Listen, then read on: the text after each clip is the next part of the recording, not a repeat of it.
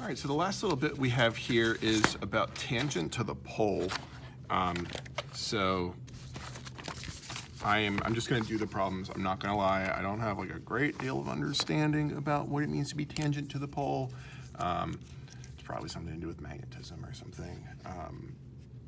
But doing the problems at least is not very difficult. So it says if r is equal to f of theta, which is equal to 0, so we are finding all the places where r equals 0. And then those places, we're going to say that the theta value for that, for this proof rate, or not the proof, for this definition right here, we're going to call that alpha. That's not how you write alpha. The way you write alpha is you start at the top and you swoop through like that. Okay, so we're calling that, whatever I plug in alpha, I get a 0 out. So f prime of alpha, though, is not allowed to be 0. And the good thing is, I'm just using, like I just take r prime. I don't need, oopsie, I don't need to do like dy dx or anything for tangent to the pole.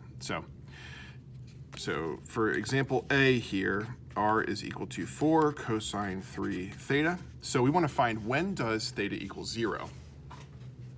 I said that wrong. When does r equal 0? What values of theta make r 0? So what we do for that, well, theta equals 0. And this is probably a technique that you're not familiar with. So this will be good for us to go through. So I'm going to divide both sides by 4. It says cosine of 3 theta is equal to 0. So if this just said theta, what would be our answer? Well, if this just said theta, our answer would be, let's see, cosine is 0 at pi over 2 and at 3 pi over 2. So what you have to do to make this work,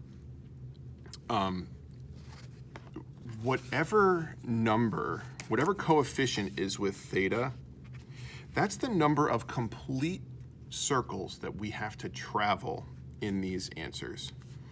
Because to foreshadow a little bit, what's going to happen is we're going to get 3 theta is equal to a bunch of answers. And then we're going to divide both sides by 3. And when we divide this by 3, now instead of being both answers on the full circle, these are going to be 2 answers on a third of the circle, right? So now theta is equal to pi over 6, and 3 pi over 6, 3 pi over 6 is 1 pi over 2. So because of that coefficient there, this only gets us up to pi over 2, and we have to figure out what the rest are. Here's the easy thing about this, though. This is my first revolution through the circle. What's our next revolution? We add 2 pi. So I'll add 2 pi to pi over 2. So since this is over 2, I got to do, make this over 2. So it's 4 pi over 2. So I got to add 4 over 2 here. So in my next journey through the circle, I get 5 pi over 2, and I'll add 4 over 2 here and get 7 pi over 2. Now this is my second journey through the circle. So I have to make 3 complete journeys through the circle. So 9 pi over 2. So I noticed the pattern. I'm just continuing the pattern now, but I could add 4 pi over 2 to that and 4 pi over 2 to that. And now, when I divide all of these by 3, the only thing that's going to change is the denominator is going to turn into 6 for all of them. So I got pi over 6, pi over 2, 5 pi over 6, 7 pi over 6, 9 pi over 6, oh, I got to simplify that one, and 11 pi over 6. So 9 pi over 6, those are both divisible by 3, so we'll get 3 pi over 2. So that's the first stage. The next thing that we need to do, so this is, sorry, that's the hard part of these questions. So again, the trick is whatever the coefficient is on theta, you do your normal unit circles worth, then you continue on to do that many unit circles worth. Okay, so we got all these. Now we need to find out, do any of these have an f prime of 0? So Let me find r prime. R prime is going to be, well, hold on, r was 4 cosine 3 theta. I realize it's not on the screen. So r prime, we'll do chain rule, right? So it'll be negative, and this is going to be sine 3 theta, and the 3 is going to pop out because 3 theta, take the derivative, we get 3. So negative 12 sine 3 theta. So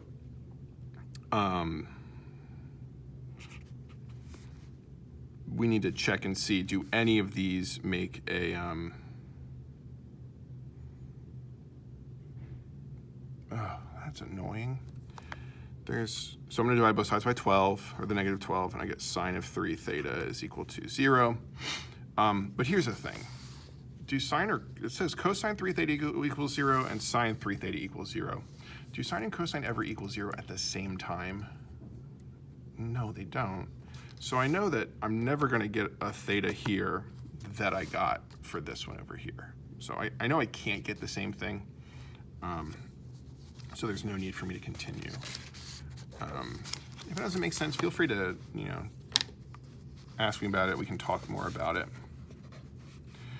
And then part B says r is equal to 3 times 1 minus sine of 2 theta.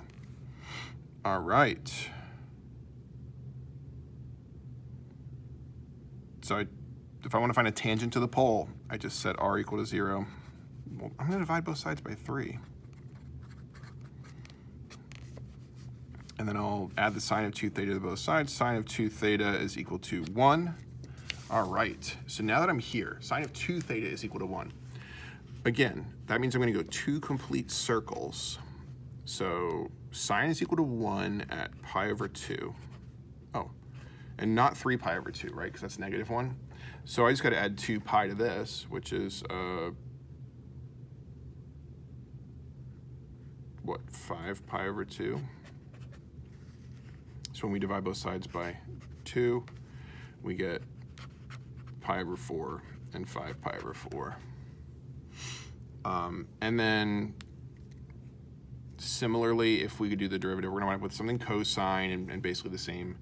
You know what? I don't trust myself. I make enough mistakes that let's be careful here. So r, I'm going to distribute the 3 minus 3 sine 2 theta. So that makes r prime, that's a 0. This is a negative 6 cosine 2 theta. So we'll say 0 is equal to cosine of 2 theta. I'm going to divide both sides by the negative 6, just kind of jumping through the steps a little bit quickly. So yeah, pi over 4. Oh.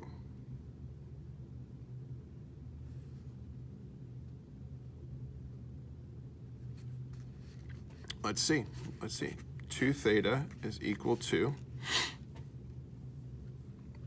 let's see, when is cosine equal to 0? Cosine is equal to 0 at pi over 2 and 3 pi over 2. Wait.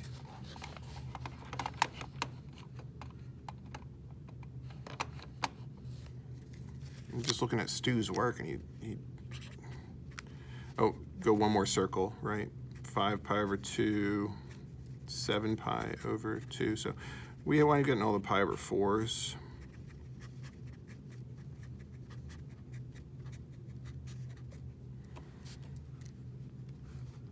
So did I make a silly mistake somewhere? Because according to Stu, neither of these are acceptable.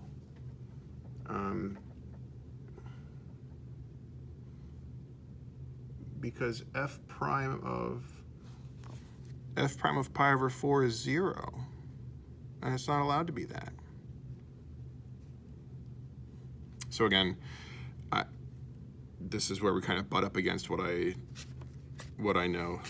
According to Stu's work, these are fine, but he doesn't show the test. According to my test, these are not fine. So regardless, that's what we do for tangent to the pole. So I hope this video was helpful. Bye.